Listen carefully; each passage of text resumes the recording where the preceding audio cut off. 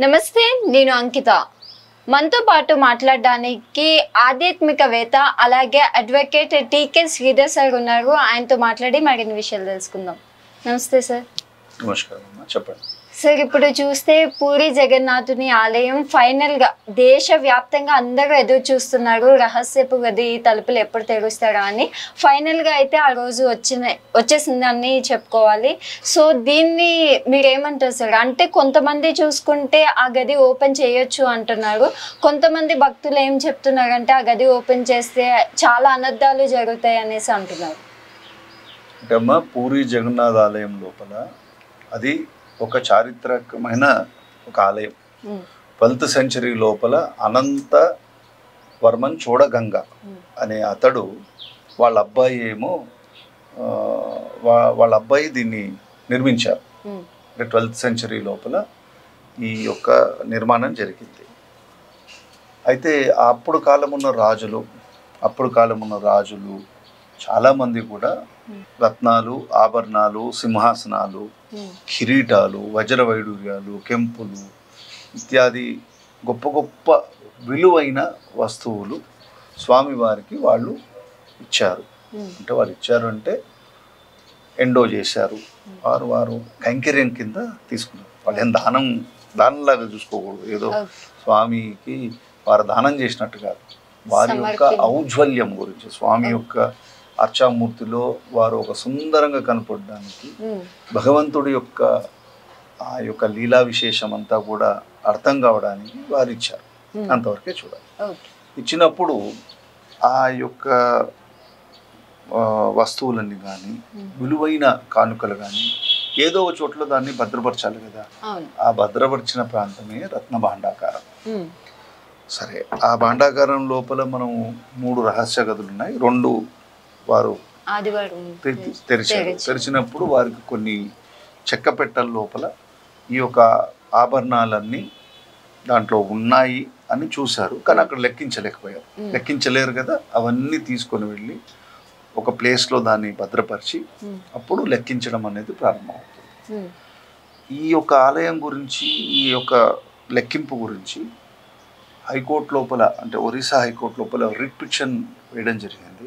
ఆ writ petition లోపల ఒక రిటైర్డ్ జస్టిస్ రత్ అని వారిని కమిటీకి హెడ్గా వేశారు. 12 మెంబర్ కమిటీ ఆఫ్ స్పెషలిస్టులని అది తెరవచ్చా తెరవకూడదా అని చెప్పి స్టేట్ గవర్నమెంట్ ఒక నిర్ణయం తీసుకొని ఈ తలుపు తెరవడం జరుగుతుంది. అది ఎలక్షన్లో కూడా, ఒరిస్సా ఎలక్షన్స్ లోపల మన నవీన్ పట్నాయక్ గారి సమయంలో కూడా there was a very serious debate.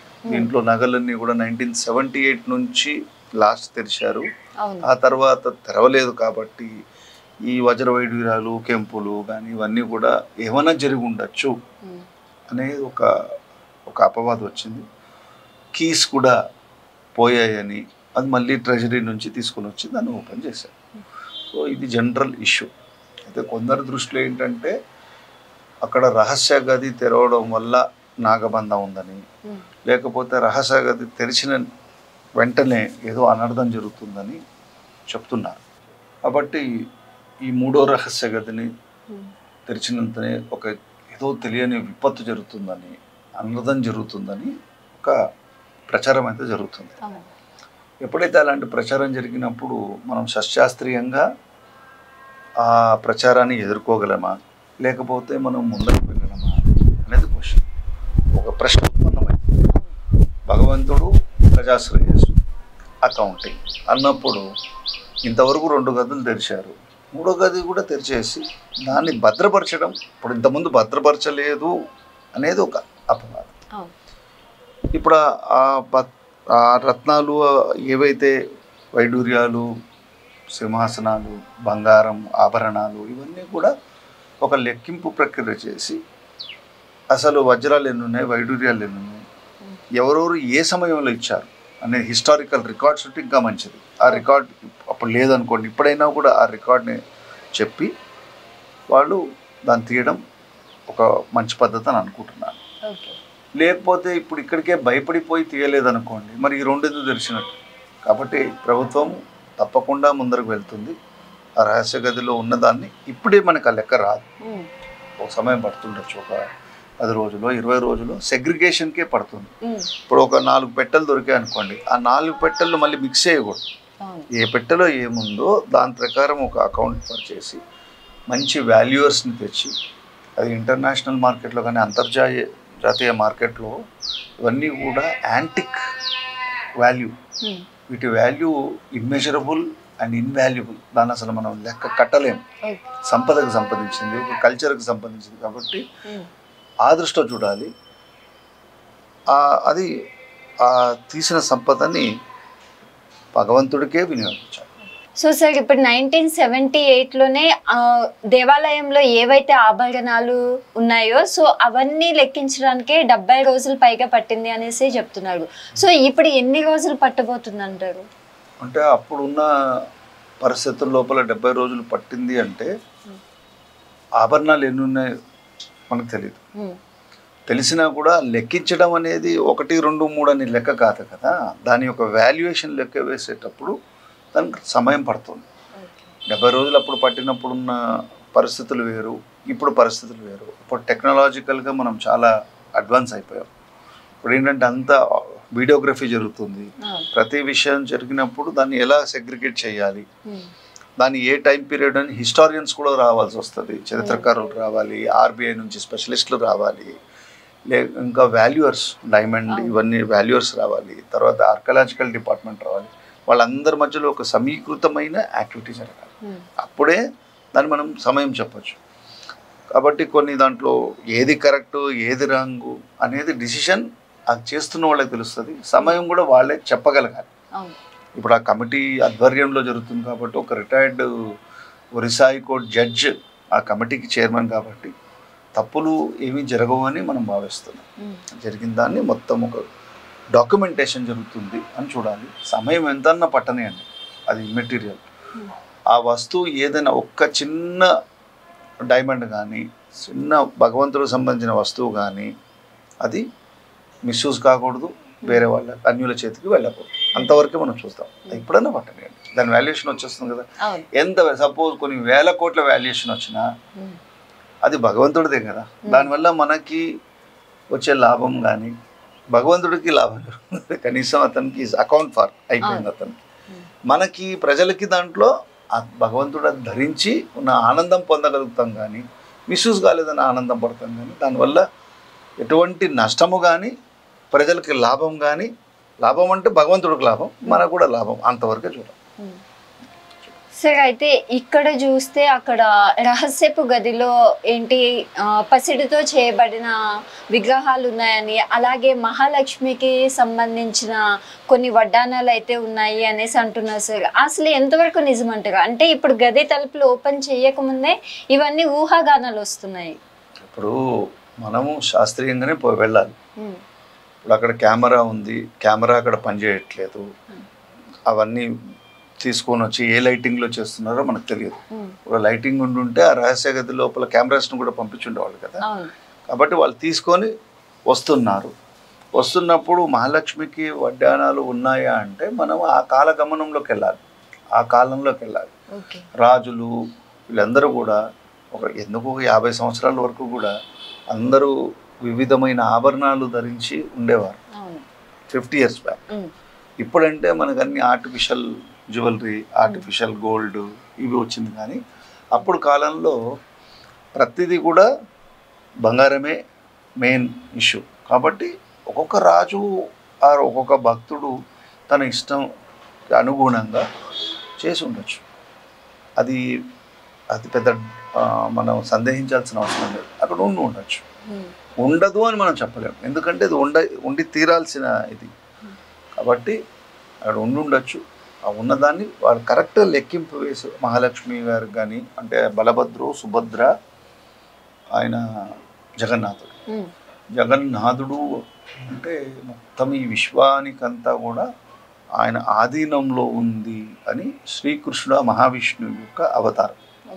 అక్కడే కాకుండా పూరిలో ఒక ప్రత్యేకత ఏంటంటే, సరే ఆ అర్చామూర్తి మనకి లభించడానికి ఒక రాజు ఎంతో శ్రమించాడు. ఆ ఆలయ నిర్మాణంలో ఒక గొప్పతనం ఏంటంటే, ఇప్పుడు ఇక్కడ సముద్ర తీరం ఉంది, ఇక్కడికి వెళ్ళి గాలి వస్తుంది కదా, పైన ఒక జెండా ఉంటుంది.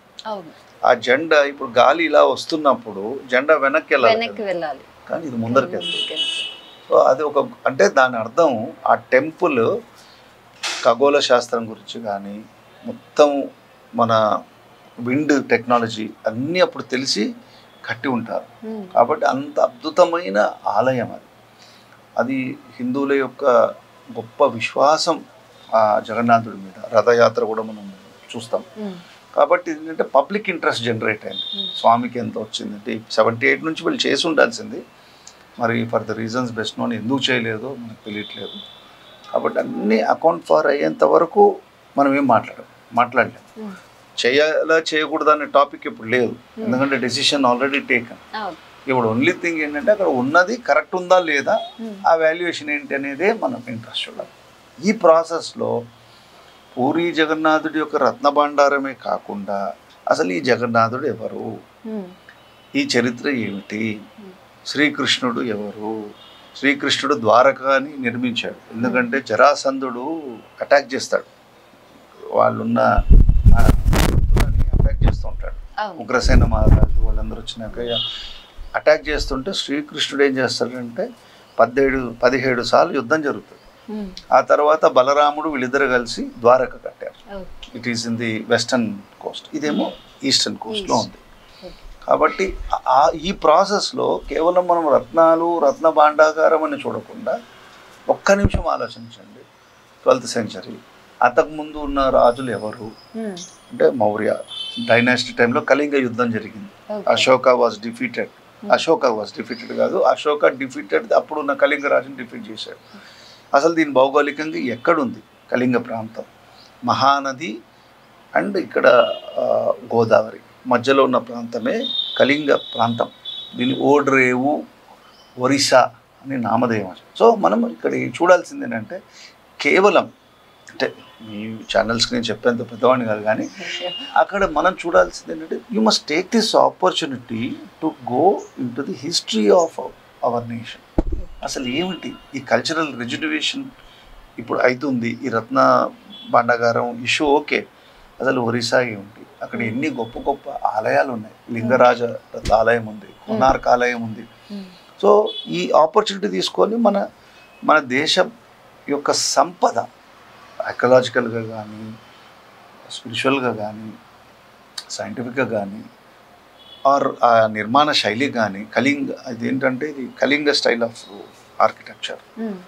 సో వేరే ఆర్కిటెక్చర్ అంతా కూడా నగర స్టైల్, దక్షిణాది స్టైల్ అని ఉంటుంది. సో ఈ ఇంట్రెస్ట్ డెవలప్ చేసుకోవాలి. మనం చేసుకున్నప్పుడు ఏమవుతుందంటే ఈ ఇష్యూతో పాటు will be educating ourselves about our great nation.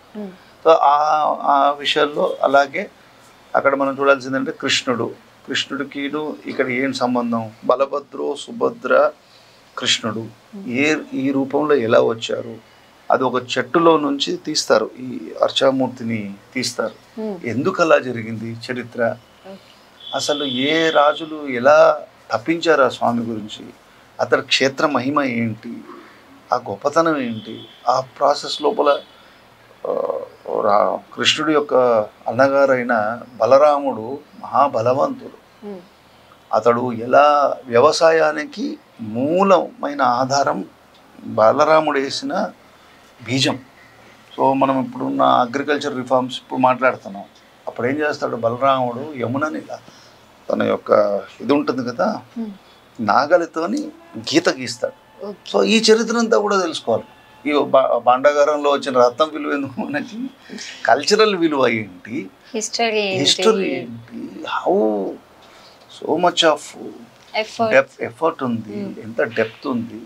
So 5000 years back అంటే ఓకే, 5000 years బ్యాక్ కలియుగం స్టార్ట్ అయింది, అంతకుముందున్న ద్వాపరం ఎలా ఎండ్ అయింది అనగానే slowly we must go in to period of Mahabharata.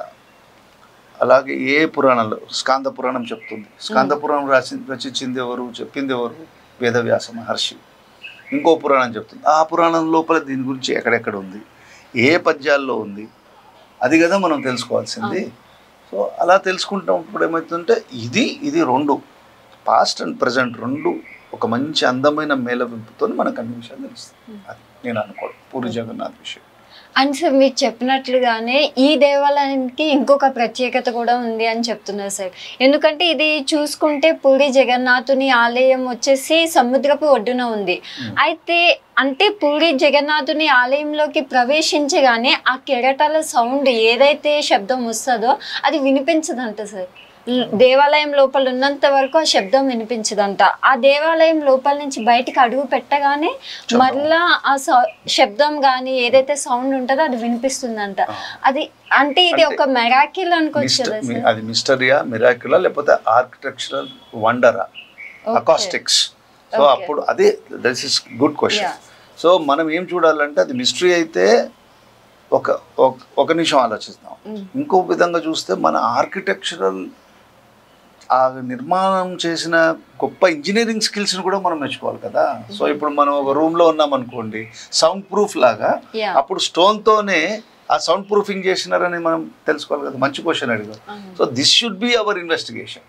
ఎలా చేయగలిగారు, whether it is correct or not అనేది మనం ఇన్వెస్టిగేట్ చేయాలి.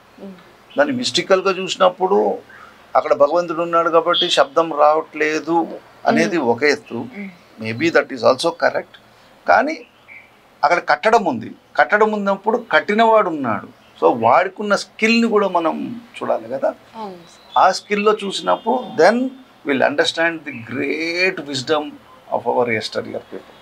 సో మనం ఏం తక్కువ వాళ్ళం కాదు, భారతీయులు ఏం తక్కువ కాదు అనే ఒక విషయం బయటకు వస్తుంది. సో భగవంతుడు ఇచ్చిన అవకాశం ఇది.